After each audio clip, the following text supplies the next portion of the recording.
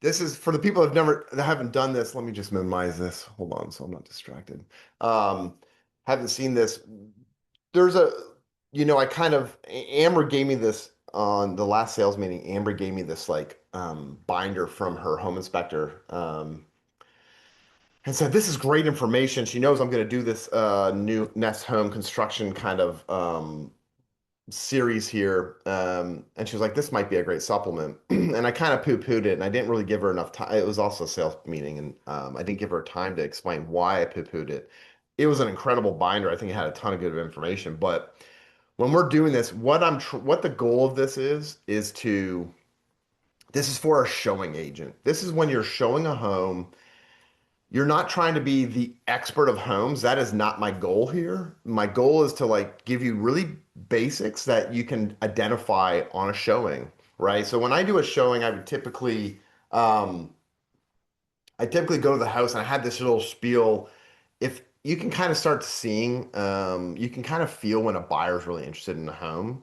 And once they get to that point, I always say like their job is to tell me if they love the home and how much they love the home. My job is to make sure it's great. So at some point in a showing, when it's starting to feel really, like this is a home that could be a competitor for for my buyer, I then tell them, hey, keep looking around. I'm going to go circle a home, and I go do a walk around. I start making notes about different systems. And what I'm trying to teach here is just understanding the basics of a home so you can start identifying these red flags or potential red flags. So we'll start today with foundations, right? So some of the biggest, most costly problems in homes is when we have problems with the structural, right? And the structural of the home isn't just foundations, right? The framing of the home is structural as well, but it all starts with the foundation, right?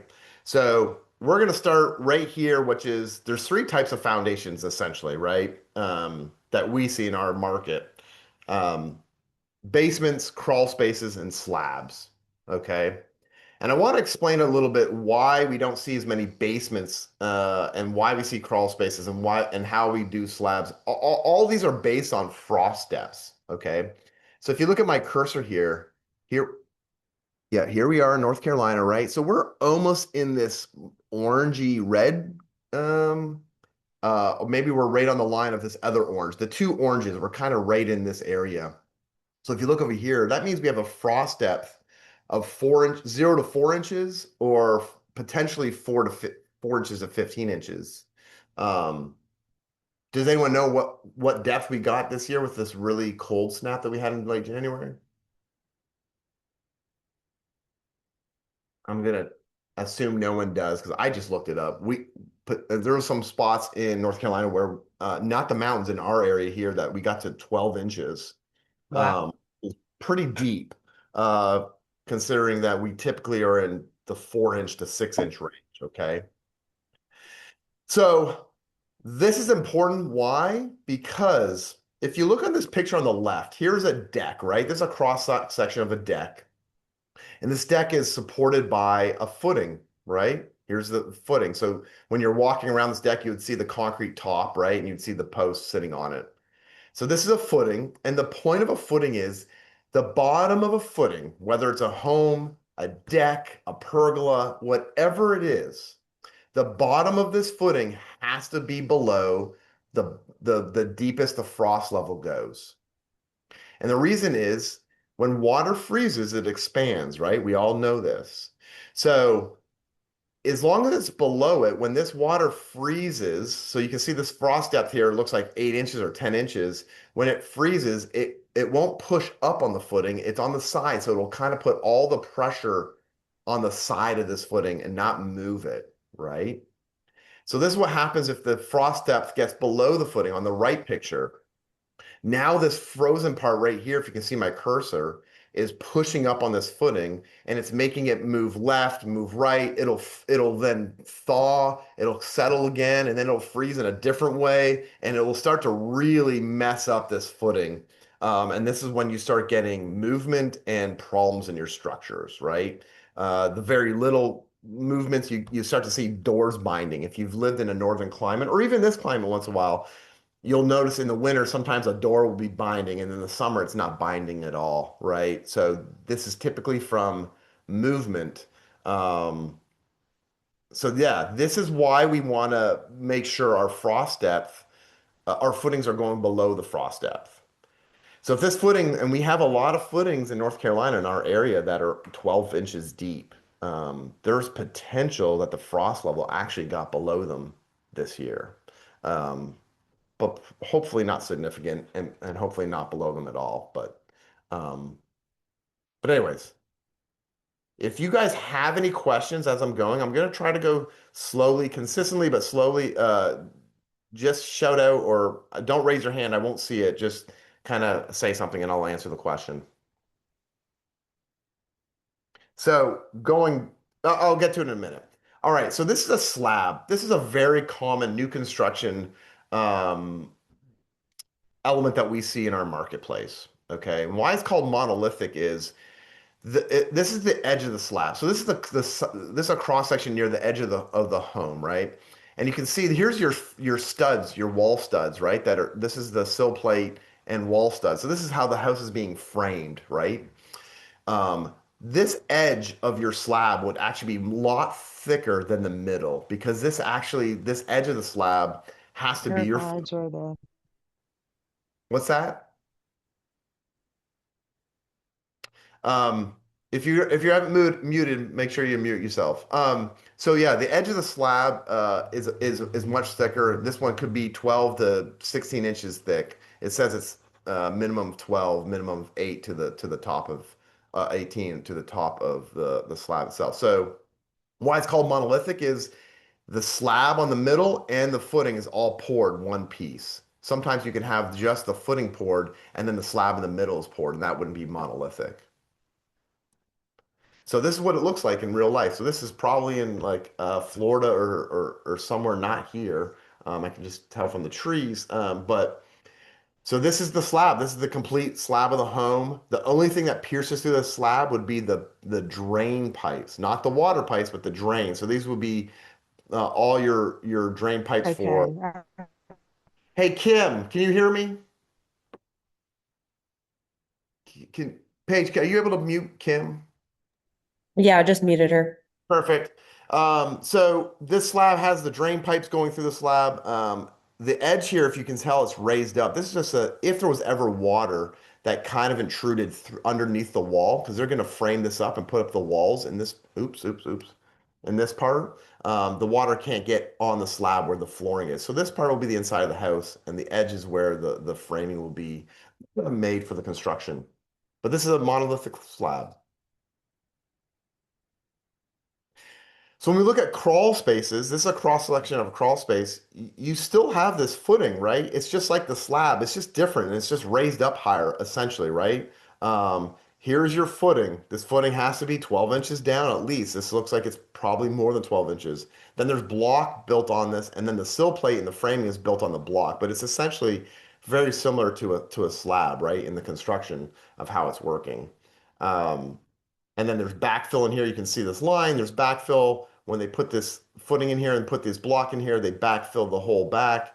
They put typically, hopefully, not always, but they'll put a drain at the footing too. So if water does get in here, it's going into that drain and getting taken off site.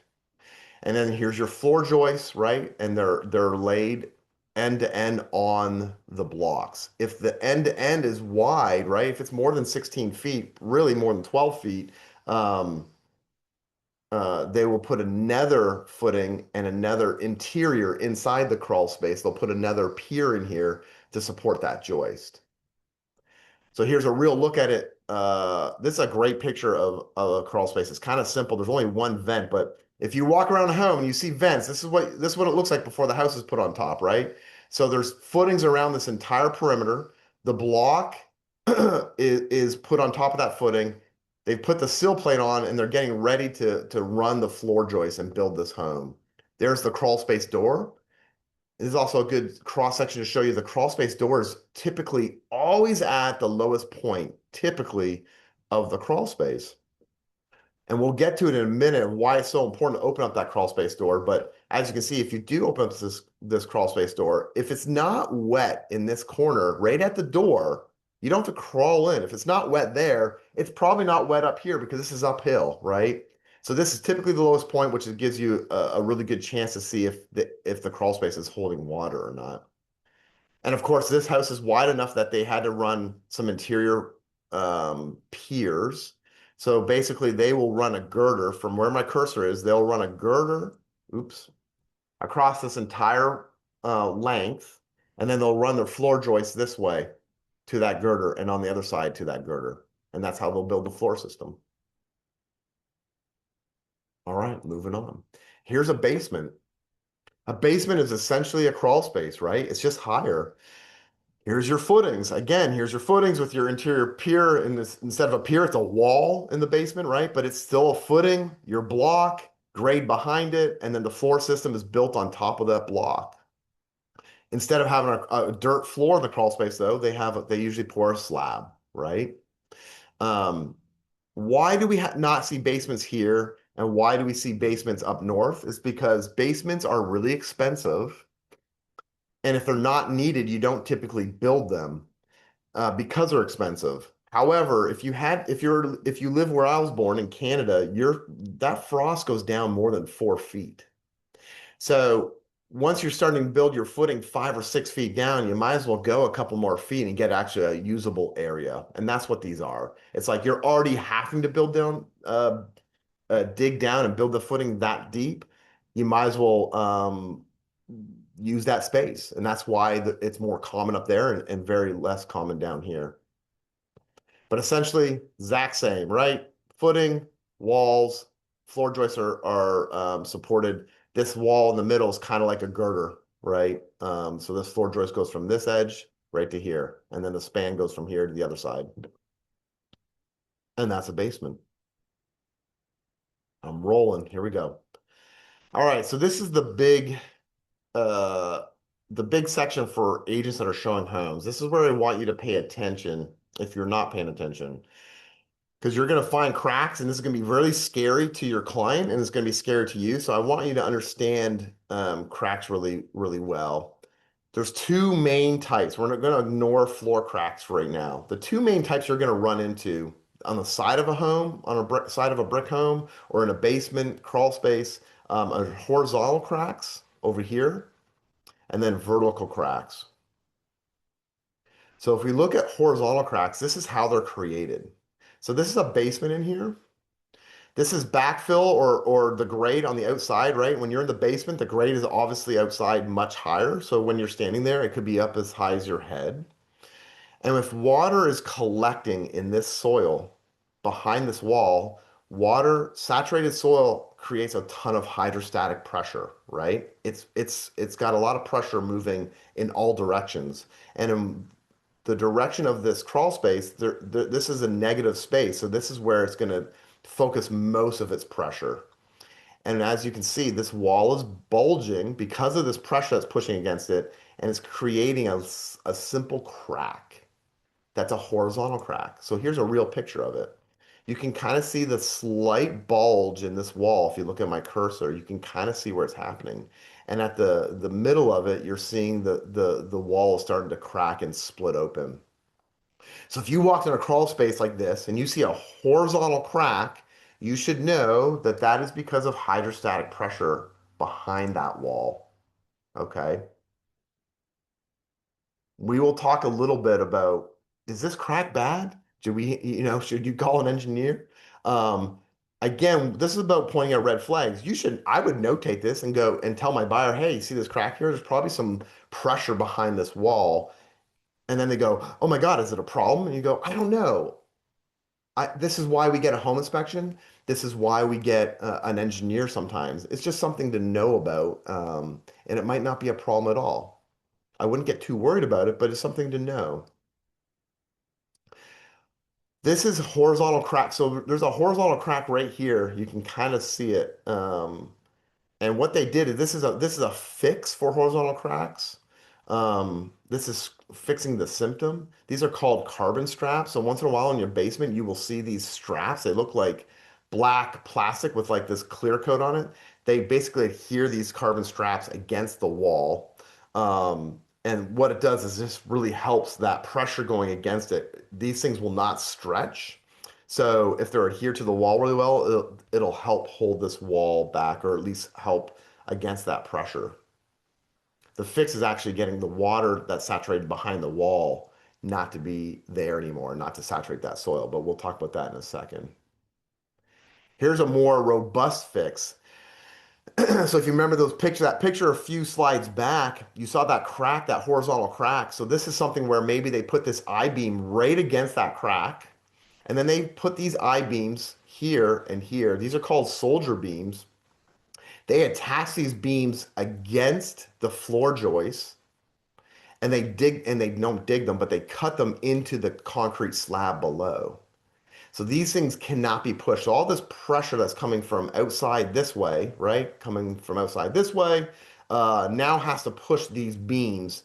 And these beams to be pushed would have to push the entire slab and the entire floor joist system. The entire home would have to be pushed, which is a way to stop that pressure from moving or breaking that wall. So this is a fix that you'll see. And people will ask, well, how much are these? I don't know. 1,500 bucks a piece, right? So this fix is one, two, three, four, five, six, this is 10,000 to $15,000 probably. So that was horizontal cracks, which are caused by hydrostatic pressure, that's caused by water behind the wall pushing against the wall. Vertical cracks are different. Vertical cracks are made from settlement. So here's a great cross section here. So look, this is a cross section of a home that might be a basement or might be a deep crawl space. I'm not sure. Let's just call it a crawl space. Here's your footing, right? Your footing is thicker. Remember, the footing is put down below the frost level, and then the block is built on top of it. And then they did a more decorative stone veneer for the part that you would see above the grass over here, right? But what you can see, there's a void down here in the subsurface below the footing, and that void has allowed this footing to kind of fall into it. And this settlement, this is what settlement looks like, creates this step cracking. Okay. What you would see is right about here is the cracking at the above the soil and the grass, right? You wouldn't see all this below, but it's typically all the way from the footing up. So here's a real life picture, right? So this is what you would see. This is a pretty significant crack. I just said earlier that like you saw that small crack and the client goes, "Oh my God, should we be worried?" And I'd be like, I don't know. I would probably feel comfortable being like, it'll come up in an inspection report and it'll probably be referred to an engineer, but I don't know if it's going to be a problem. I really just don't know. When I look at this, I would go, this is pretty severe. This is a pretty big crack. I could stick my entire thumb in that crack. So this is some significant settlement. I can't imagine an engineer comes in here and doesn't say you're going to need some helical piers or some type of remedy that we're going to look at in a minute. But this is a settlement crack.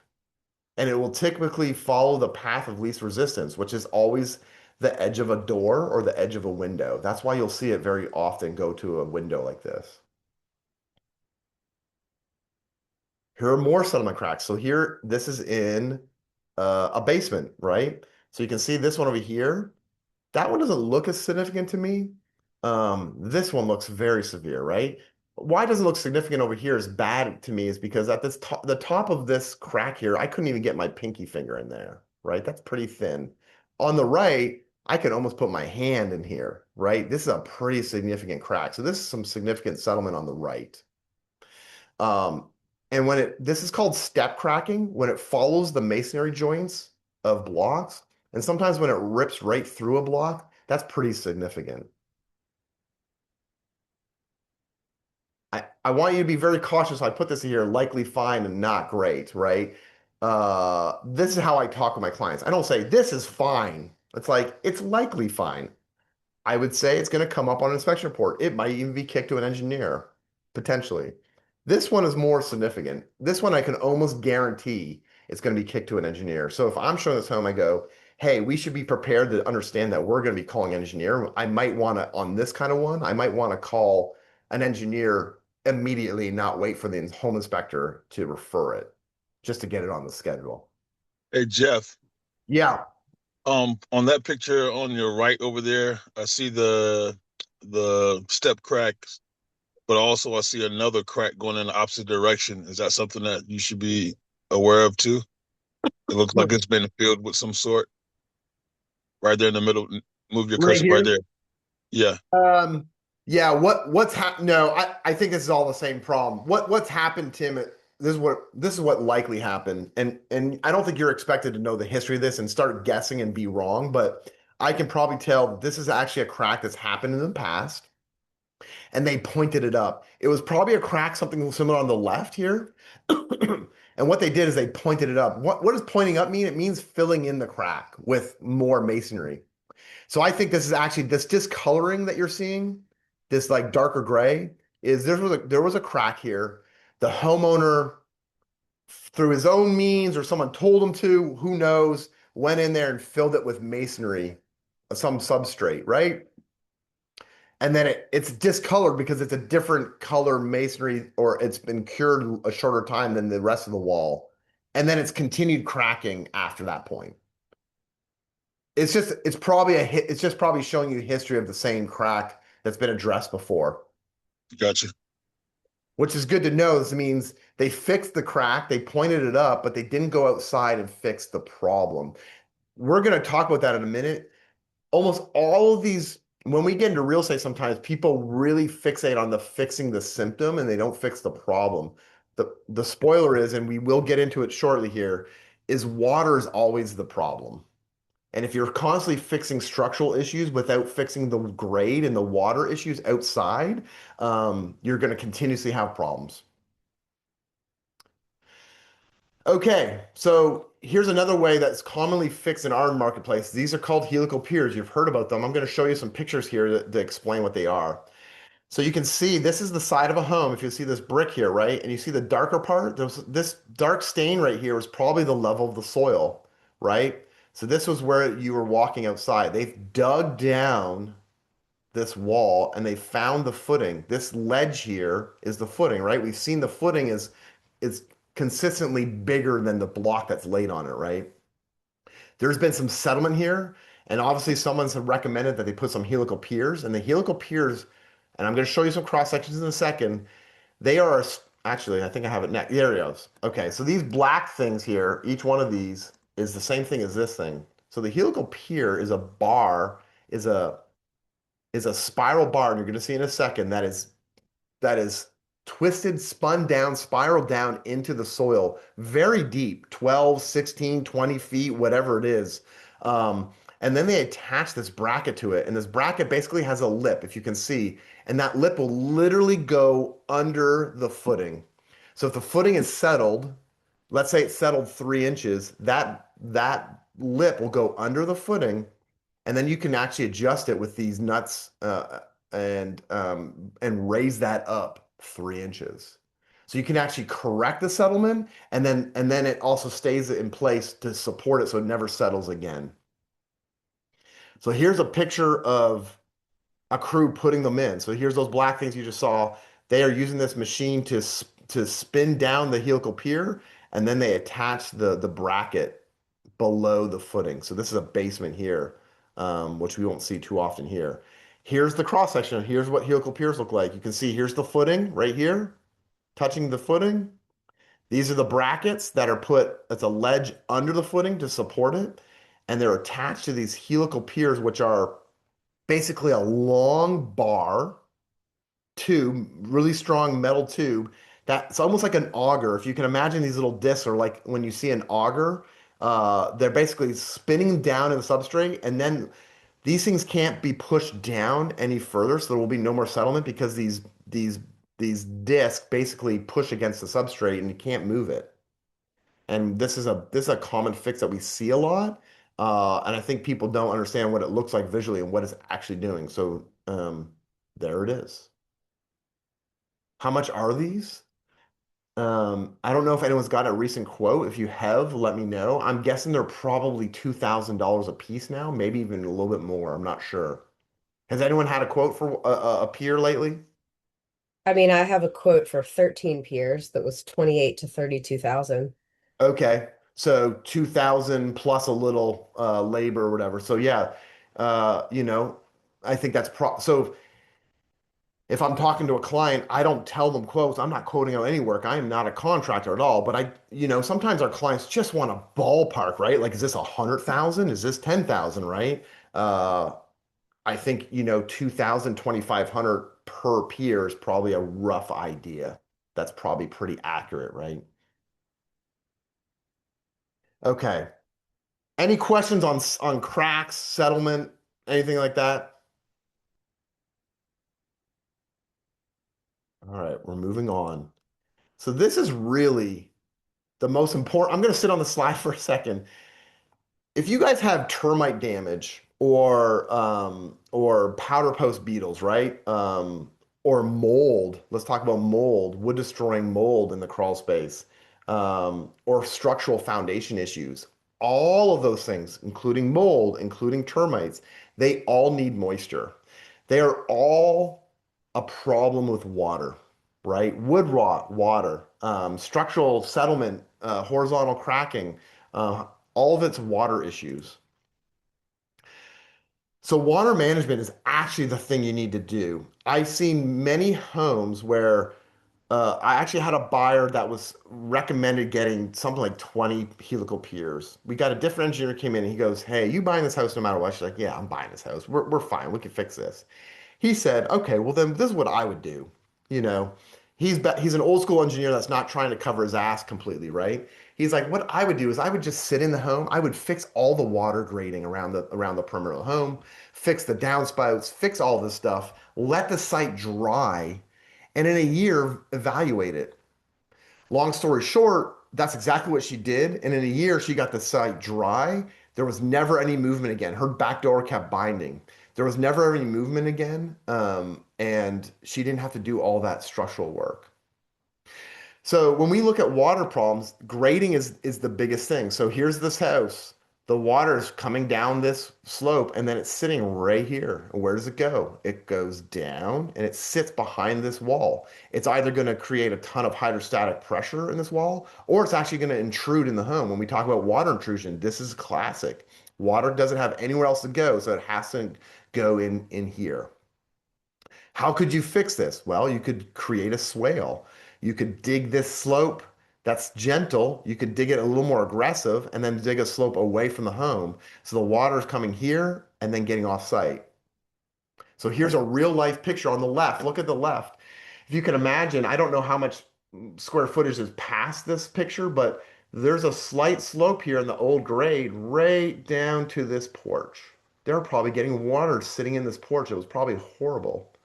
So they came in here with the machine. They dug out, looks like about 10 feet, 8 to 10 feet from the here, and they created this swale. If you can see, there's a gentle swale here from the home to the slopes. Now the water comes downhill and it stops right about here, 3 or 4 feet short of that porch. And then if it's graded this way, it moves this way. Water's pretty simple. It will go to the least path of least resistance. If you look on the right, this is a new construction home neighborhood, and most of you that have seen these or you know how they're graded. They are graded um, more deliberately to deal with water than old neighborhoods are, right? When we're in old neighborhoods, you see water problems all the time because they didn't do this kind of work. So if you're at the bottom of a hill in a neighborhood, you're getting all the water for that entire neighborhood essentially, right? But you can see this is super pronounced. The grade is coming off of this home and it's coming off of this home and it's almost made like a ditch. This swale is making sure that water is never sitting beside either one of these houses' foundations. Very pronounced. So here's a home that doesn't have great grading. Look, you can almost see the history of them trying to solve this problem. This area obviously gets sopping wet during the rain, right? We're looking at it pooling right now.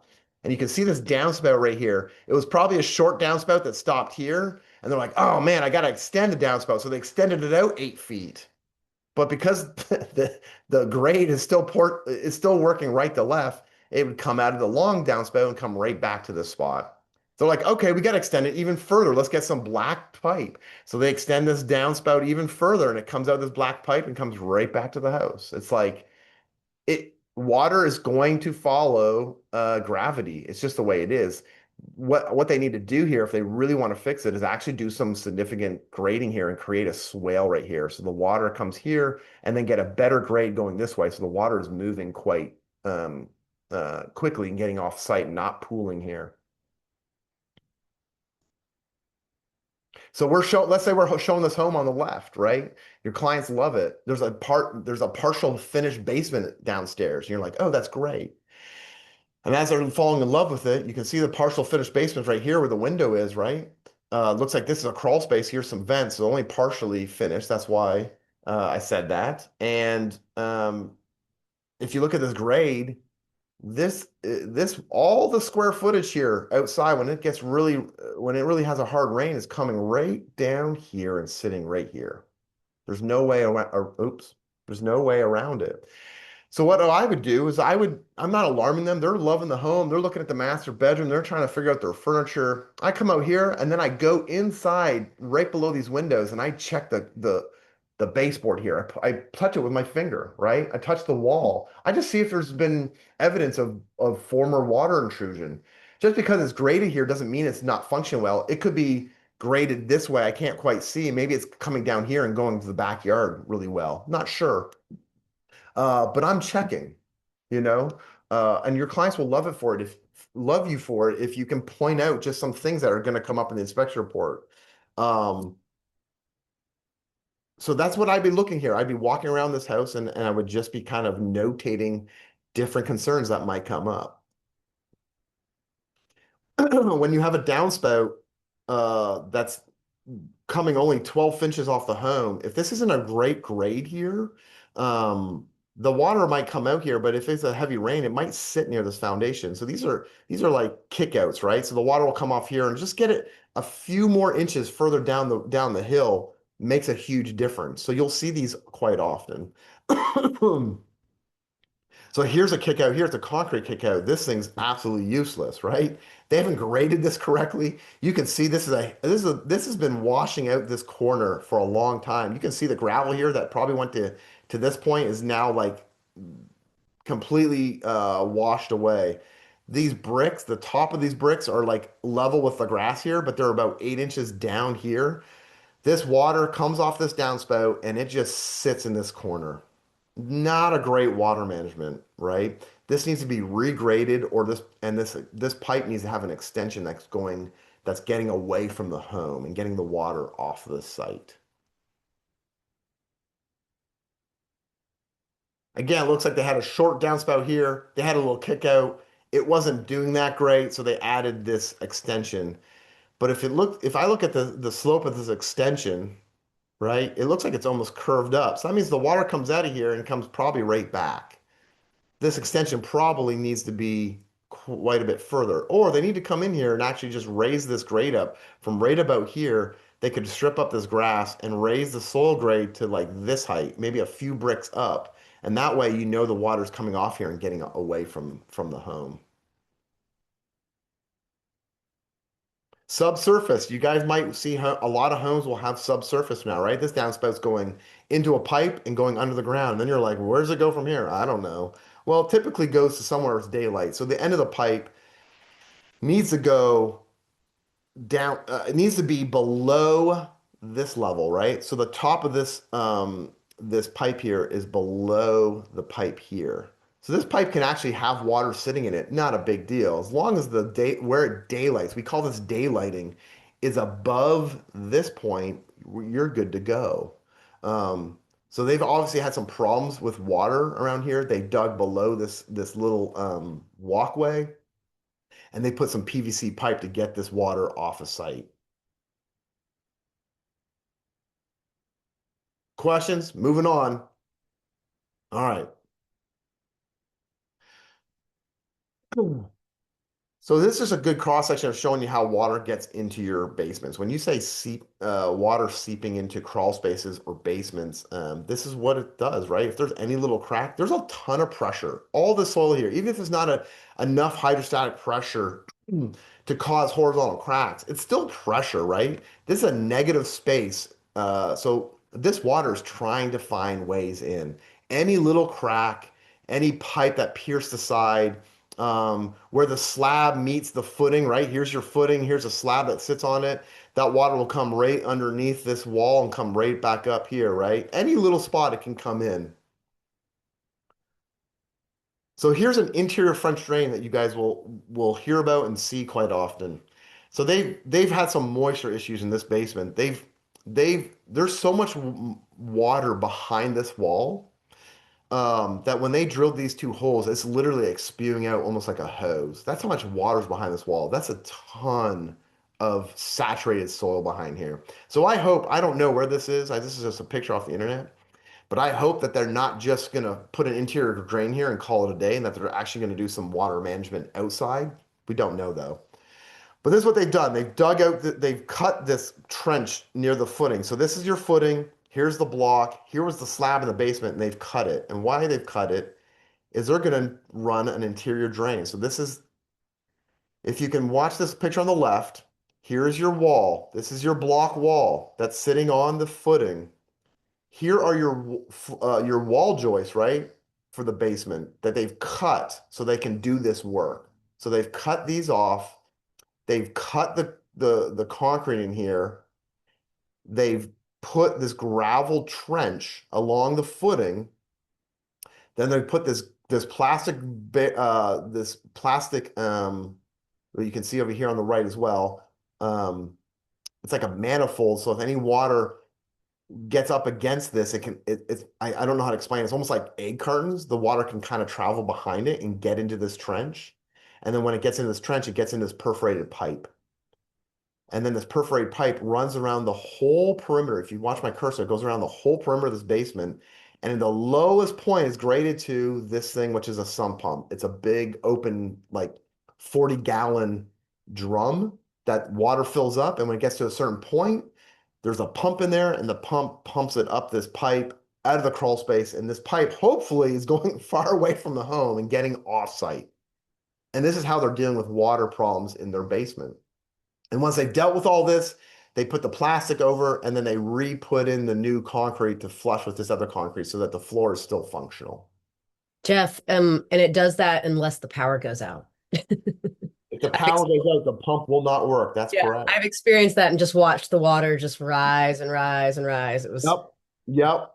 This is, and you're pointing out a reason why you don't just fix symptoms, right? The water's getting in here because the water on the outside isn't graded correctly. And there is situations where you just can't avoid water. If you're at the bottom, like I said, you're the bottom house of an old neighborhood, water's coming to your site. You got to have multiple ways to deal with it. But you don't just do interior stuff and do nothing outside. There is some other things you should be doing as well. But yes, you're right.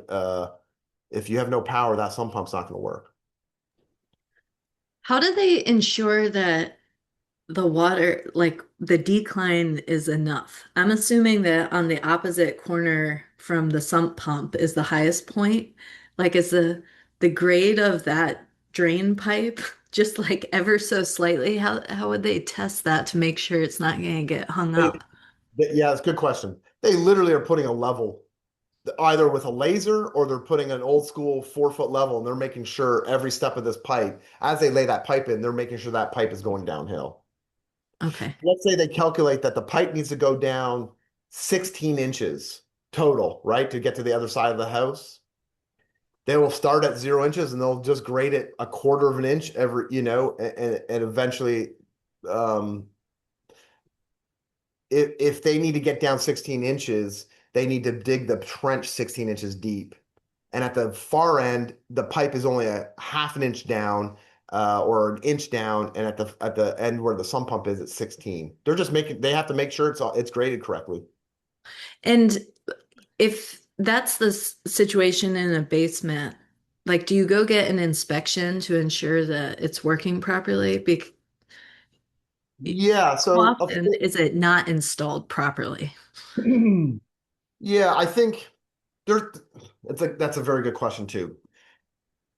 With a lot of things, I'm selling a brand new home on Inglewood. It's under contract. The inspector says, I don't know if they put a rubber membrane under the tile in the showers.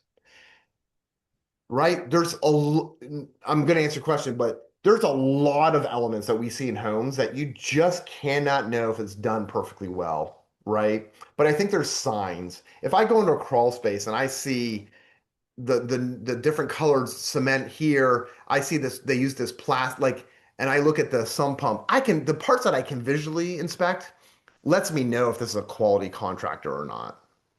Doesn't mean it's perfect, but those are the signs you're looking for. I think the only thing you could do is if you're lucky enough to be in a contract and there is an interior French drain like this and a sump pump, and it looks like they've been doing some water management work. Hopefully it rains really hard and you can go see the home, 6 to 12 hours after that rain. If it rains really hard in the morning, don't go in the afternoon. Go the next day. That's how you'll find out if it's working well. Good tip. Or get a hose. What's that?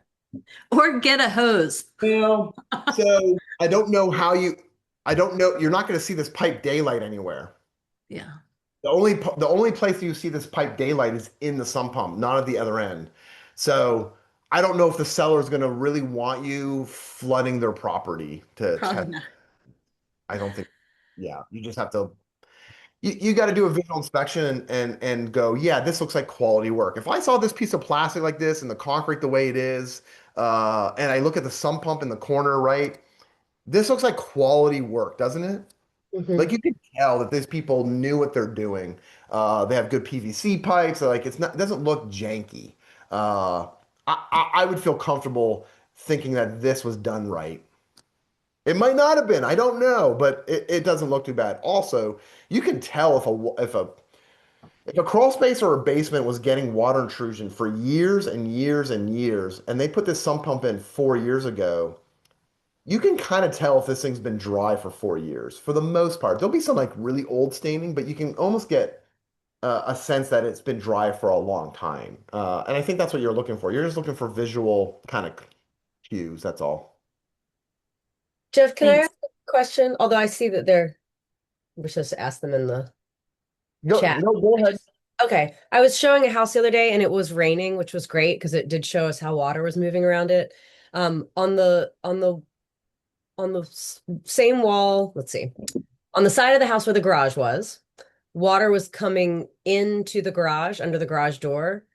And so we went into the crawl space to look at that same wall next to the garage, and there was no sign of dampness or water intrusion or anything. So I didn't really know how to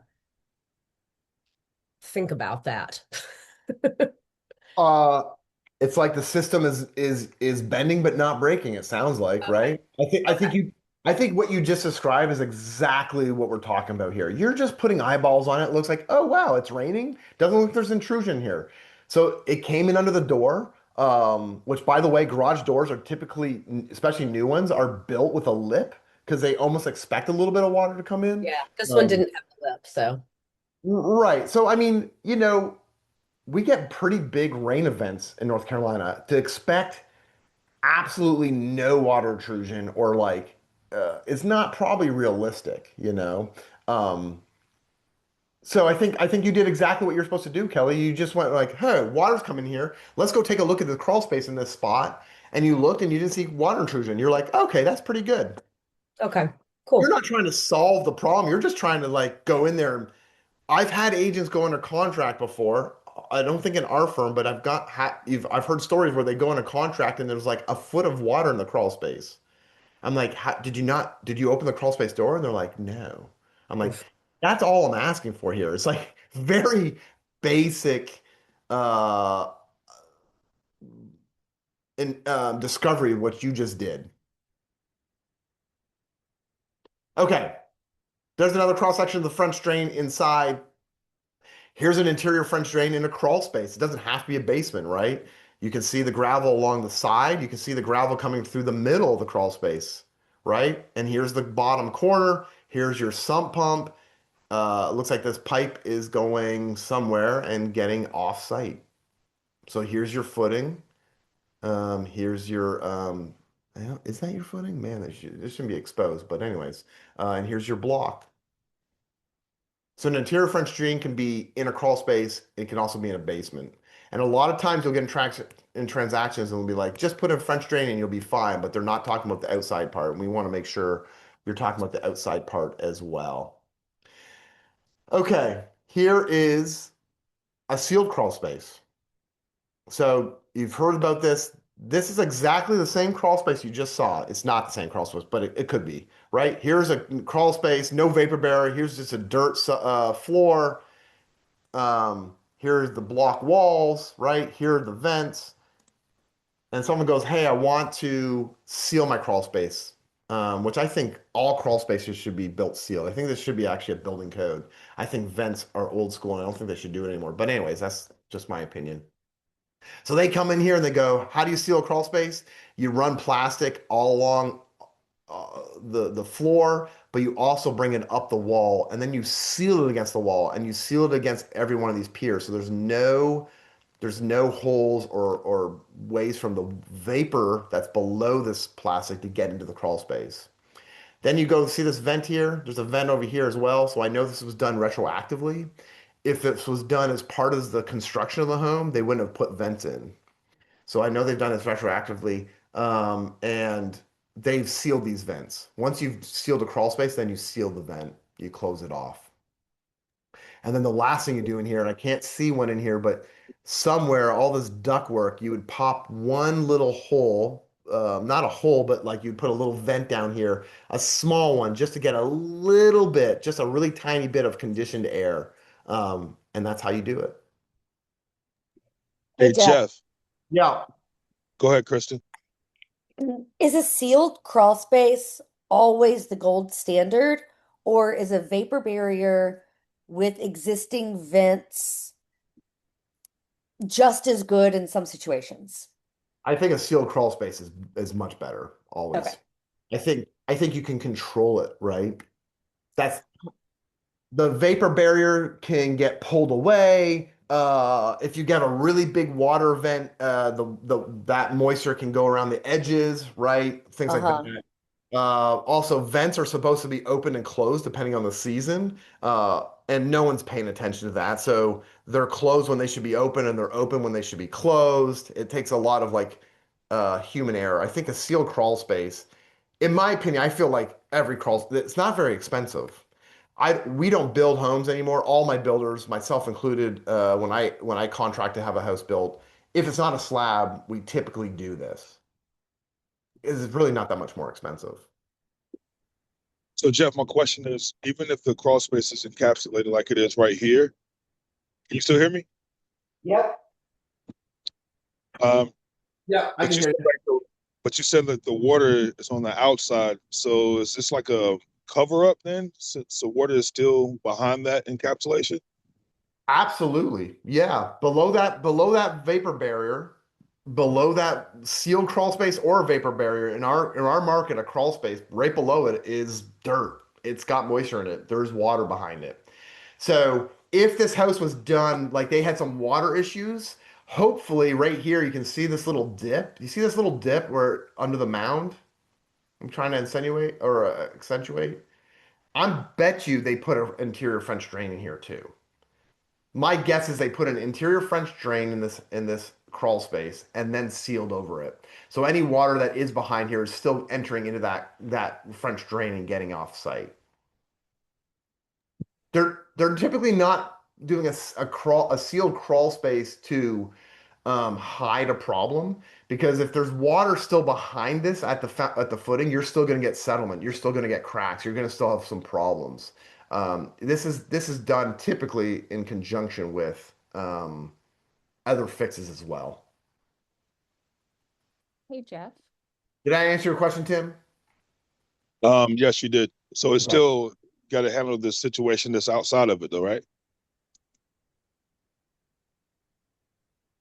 Uh, So yes, the grading is, yeah, you still have to yeah, have the water getting away from the house. absolutely. You still, yeah, 100% for every single fix that we look at, piers, helical piers, everything. You should be looking at the water management outside the home. Absolutely. There was another question, I think. Yeah, I had a question about air quality in the house once you seal a crawl space. Is there something else you need to do? Like, what impacts the air quality in the house? I think the only time you have air quality in the house is a problem from the crawl space is if you have the systems not the HVAC systems not sealed correctly. You shouldn't be pulling in air from the crawl space into the home ever. Okay, so that's an HVAC system issue. Yeah, that's right. All this ductwork here that you're seeing in here, this is all ductwork. This is all HVAC, right? Um, this should have this should all be super sealed. If you do have a vent that I told you about in the crawl space, like I told you, that's not an air intake vent, that's an out. So that's forced air coming into the crawl space. There should be no intake in the crawl space, Okay. even if it's sealed. But if it's sealed correctly, and there's no moisture in the crawl space, I think it should be a pretty healthy environment. I mean, I'm not an expert, but I wouldn't be too worried about it. Jeff, the guy that I've worked with a lot for mold remediation stuff and crawl space sealing and all of that, like he would say that unless you also do some really thorough sealing of all the cracks, between the crawl space and the house, that air is going to be exchanging from the crawl space in that way too. And then also, like in my experience, ductwork very easily, like you have a repair person down there fixing the plumbing and they bump into a duct and they pull it apart at one of the fittings, that it just happens really commonly. I don't know. That's been my personal experience at my house. Absolutely. I mean, for sure, of course. I think in a vacuum, if you go, what if there's a leak in the plumbing system? I would say there should be never a leak in a plumbing system. Typically, there's always a leak or two in a house. Right, exactly. Yeah. So, yeah, we're talking in a vacuum, right? Of course, if the HVAC system's not sealed, yeah, you're going to get air intrusion from the crawl space into the home. And houses are typically a sieve, right?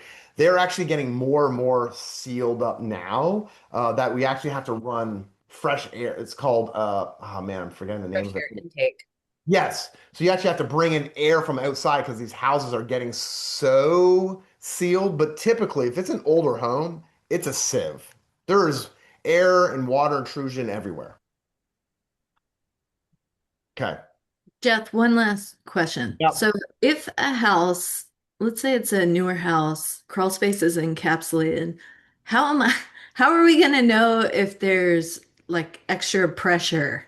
If we can't see the cracks in the crawl space blocks, I mean, that is masking, even if not done intentionally. And what if the house was built with the encapsulated? It's not like someone's trying to hide it, but you won't be able to diagnose.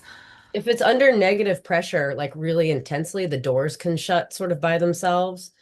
But you can also use this little like powder smoke device that's really inexpensive. I think you can probably get it at Home Depot, and you can like put it up to any kind of uh uh opening in the house, like a window, and if there's any airflow through there, you'll see the smoke going in one direction or the other. Like if it's negative pressure, it'll be sucking in.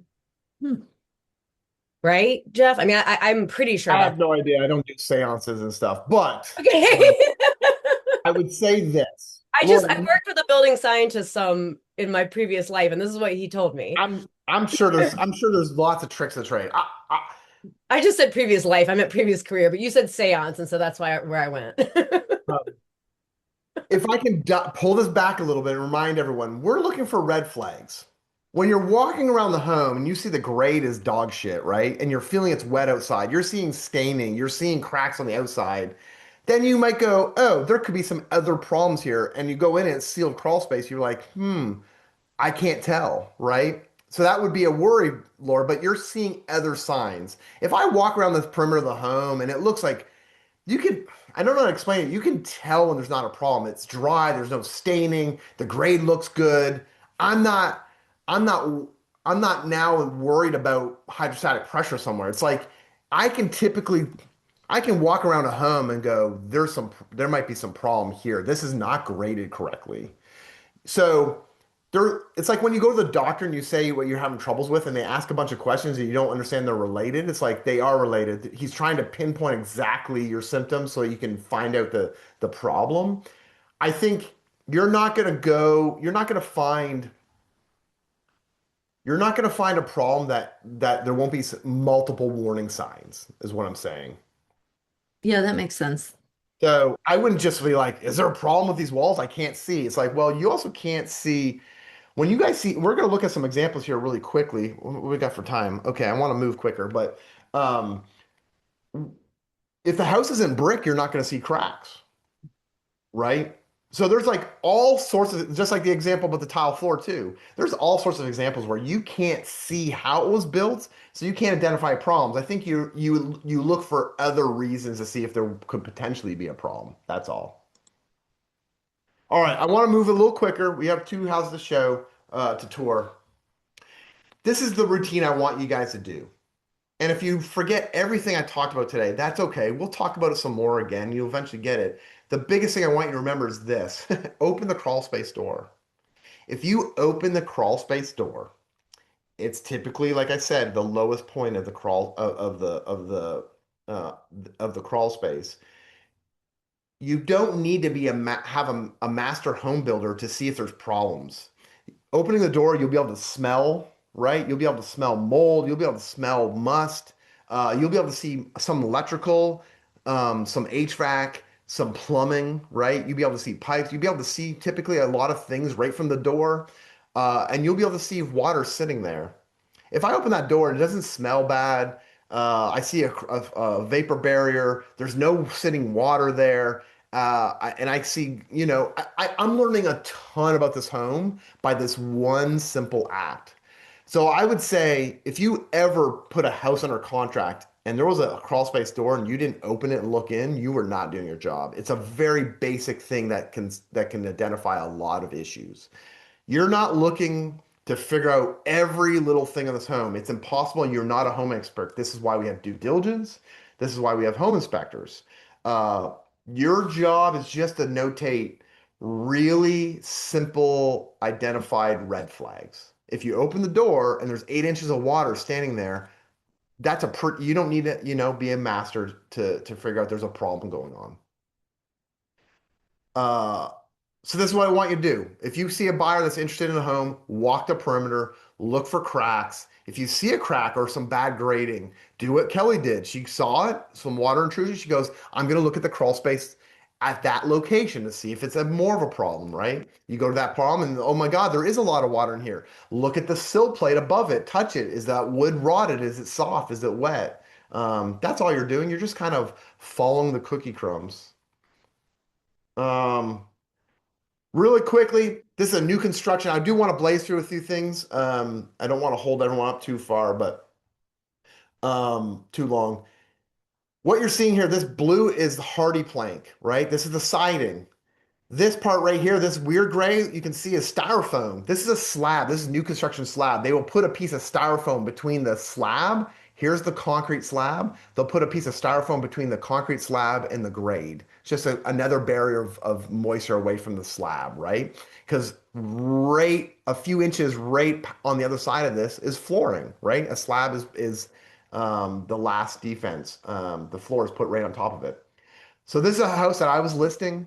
I walked around here. I saw this crack. It's a pretty significant crack. And when the crack goes through the styrofoam, we know this might be pretty significant. I'm not worried yet, but I do, again, follow the crumbs. So I go to the other side of the home in the same location. I see this crack. This is 10 feet off the back of the home, and this is 10 feet off. So I go, oh, this slab might have cracked all the way through. Still not too worried yet. I go inside and I feel the floor around that area and I feel humps. So long story short, I tell them, I think your slab is cracked and you've had some displacement. They fight with their home warranty. They eventually win. They come in here and they strip out all the hardwoods and they put these giant staples. It's like you think of a stapler that you put in paper. It's that. And they put the staple in the concrete on these joints and they then tape them up. And then you can see them over here relaying the hardwoods onto the slab. So nothing here except for just like, I just saw a crack. Okay, go to the other side. Oh, it's in the same location. Go inside, feel the wood floors around that area, and I found it, you know. Um, How much was this fix, Jeff? it was a warranty fix. Uh, But I'm guessing this would be a $10,000, $12,000 fix back then. mm, Probably more now. Everything's inflated. mhm. All right, real quick, I'm just gonna run through some pictures. You go to a house, here's a brick veneer home, right? You see this crack, you're like, oh my God, is this a problem? What do you guys think? No, Probably not. there's not. Oh, sorry. Yeah, probably not. This is the language I would use. My client goes, oh my God, there's a crack here. Do you see this crack? I go, this crack might come up on a home inspection. I doubt highly that they will refer this to an engineer. It's just a really thin crack. And I'll let you know, there is not a house in North Carolina that will not get a crack like this if it has brick veneer. There is not a house. We live in clay soils, which by the way, are great soils. Is rock hard. That's why we make plates out of it when it's dry. When it's wet, it's terrible. Um, so we have clay soils. Clay soils get wet, there will be a little bit of movement and settlement over time. You will get a cracks like this. This is a pretty insignificant crack, I think. This one, not so much, right? Not only is this a pretty thick crack, I can stick my pinky in this, but you can see from the shadow that this bottom course has actually come out further than this top course, which is called displacement. They're not on the same plane anymore. This is probably a pretty significant crack. It's settled and moved a little bit. Um, so what would I tell my client here? I would point this out and go, hey, there's a lot of fixes to homes. If you love this home, you don't get too worried about this, but I just want to make you know this will show up on a home inspection and it will be referred to an engineer. So if we go and get under contract, I'd want to call the engineer right away, day one, to get them to evaluate this. Oh my God, should we be worried? I wouldn't be worried.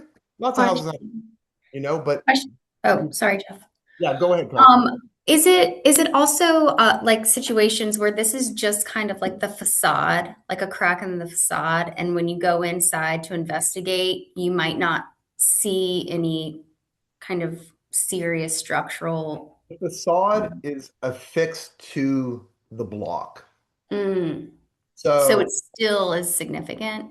yeah, yeah, it could be significant. I'm not I don't get worried about this. I bought homes like this that I look at and I go, I'm not too worried about it. I have a ton of risk tolerance. But I think you don't go down the path of trying to guess if it's good or not. You go down the path of this will come up on a home inspection. It will be referred to an engineer. And Mhm. then they will be the one that determines if this is a problem or not. If you have a client that's like over the moon worried about this, you might say something like, well, maybe this is not the house for you. Or, hey, it's been on the market for 2 months. Maybe we can do this with a really small due diligence. And we can get in here with $1,000 due diligence, get an engineer to take a look at it. We're into this home for 2 grand. You really love it. And if it's really bad, you can walk and only lose 2 grand. You just kind of walk them through the process and not so much trying to guess what the result will be. Jeff, is your risk tolerance for buying something like this that you're not too worried about just leaving it that way, or you're not too worried about the cost to fix it? Potentially both. There's not too much. I can't see the whole picture with this one picture. I don't know where this is. I don't know, if it gets worse, if it's I don't know exactly where this is. Is this the wall or is this the foundation, right? Sometimes you have a brick veneer on the foundation only, not in the I don't know where this is, but I think it's both. I Okay. think it's both. And if a client's like, well, how much do you think it might cost to fix? Would you say something like, there's no No way idea. for us to know? Like it could be 5,000, it could be 35,000. Is that kind of I wouldn't even give them that range. I would say we just don't know. okay? Okay. If you love the home, we will talk through an offer that addresses this appropriately, meaning we won't put a ton of skin in the game to figure this out. Or Gotcha. if it's got 5 offers, let's pretend this doesn't exist and hope for the best. If you really love it, right? Like what do you want to do? It's kind of more like working with their risk tolerance and letting them understand the process, what's going to happen. Okay. Uh, Here's one on the left, right? Here's a crack. This is an old house. The foundation looks like this downspout has been pumping water right here forever. Who knows? It doesn't go anywhere. Um, this will get referred to an engineer, probably, right? This one on the right, maybe, maybe not. It's not as bad. It's not, there is a couple, it's step cracking, but it went through the brick a couple spots. Don't know. Don't know if they'll refer this engineer. This would not worry me. If I was buying this home personally, this is not your client, but if I was buying this house personally, I would look at that and move on really quickly. That doesn't bother me. It's a brick house. They all do this. And are you saying that if it goes just along the joints, it's I mean if if it's a big one like on the left, that's a red flag. But if it goes through a concrete block or a brick, that means something more than Uh, hard to say. it's a settlement, right? These are vertical cracks, so this is a settlement issue. If it goes through bricks and blocks, that means it's settled pretty heavily. If it's just a small settlement, it'll typically just will go along the joint lines because that's the path of least resistance. Okay. And like in this case, it's only one brick, so maybe it was kind of a weak brick. Sure, yeah, and I don't know. This is where it's hard we don't want to get into guessing game, you know? Okay. Yeah. This one doesn't look as bad, but who knows? I don't know. I'm feeling a little spooked after my recent experience with learning a property needed 13 helical piers. So Yeah, no, I mean this is why we're trying to identify red flags, right? Because uh we don't we don't know if it's going to turn out it's not a big deal or if it is a big deal. We don't know. sure. Okay. Here's a crack inside. I don't know if this is plaster or drywall. I'm pretty sure it's drywall, but it's kind of weird for it to crack like that if it's drywall. But anyways, we don't know. But um, this is usually a settlement. This can also be movement, right? If you've ever owned a home with plaster, you know it'll crack forever, and it doesn't matter what you do. There's not much give in that material, so any movement that the house does have, you'll get cracks like this. People see this inside and go, "Oh my God, this house has major problems." I don't think it has major problems. I think it's moving a little bit. People will see these cracks and they'll go, "Oh my God, what's going on?" This is not a crack. This is not structural. This is a separation. So when it gets dry in the winter, I don't know if you guys have hardwoods. My hardwoods are all right now separated everywhere. Once in a while, there's a spot where the hardwoods aren't touching each other. That's because it's a super dry, cold winter. Cold makes things contract. Dry air makes things contract, right? As soon as I hit July and it's humid and hot out there, my wood floors will all those cracks will disappear and they'll be tight again. And this kind of thing is caulking. The crown molding has just moved away because it's probably in the winter. That's what this is. Hey Jeff, you just said settlement and movement. What's the distinguishing thing? How do you distinguish the two? If it's the same thing. Oh, If there's okay. All right. if there's settlement, if there's settlement of a half an inch, that means the house has moved half an inch, that part. Okay, got you. Yeah, that house is heavy. It's going to fill that void. This is just really quick. I don't want to take too much time. This is just showing how you deal with water problems, right? So look, this was a hill in a backyard. Maybe this hill went right to the house like this, and they go, "How can we fix this?" Well, there's multiple ways you can fix it. It's really hard to make a swale if it's a really steep hill because you'd have to make it really pronounced. So maybe they put a retaining wall, and this water comes down here, slows down, and goes behind the wall, and maybe it's drained off, right? Because behind the wall will be a white pipe like this, typically, right? They'll backfill this so the water goes behind the wall into the pipe and off-site. Again, here's the back of a wall. So there's multiple ways to deal with water on site. That's it. That's all I got. Is there any more? I'm going to stop sharing. Is there any questions? Hey Jeff, Carson had asked about basements earlier on. She asked why, is there a reason why basements are common in older homes other than the cost of doing it? So there's a lot. So if you go into Trinity Park and you see an old home in Trinity Park, you'll see like this, it's almost like a room. It's a crawl space, but it's like there's part of the crawl space is like a basement, an old gross basement. Multiple reasons why that is. That home was probably heated from a boiler. Boilers are huge. So that was a boiler room. And now you go into it and you're like, it's just a basement. Well, because they took the boiler out decades ago. That's a lot of times why you'll see it. They needed a certain space for systems of the home. Yeah, gotcha. Yeah, because when you were saying that about North Carolina, I mean, growing up in Raleigh, like I feel like everyone had a basement.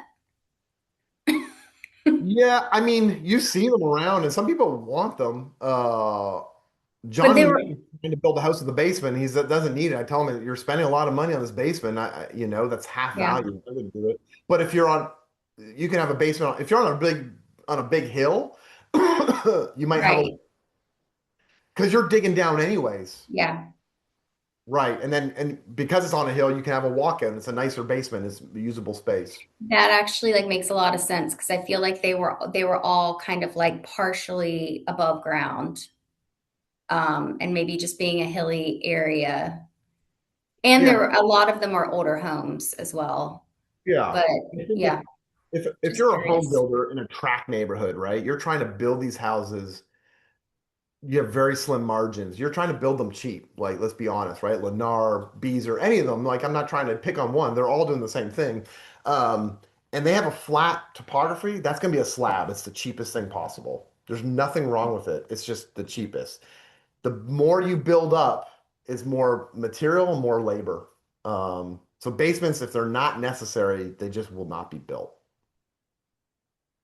unless someone chooses to because they're a Yankee and they're Where nostalgic. they got money.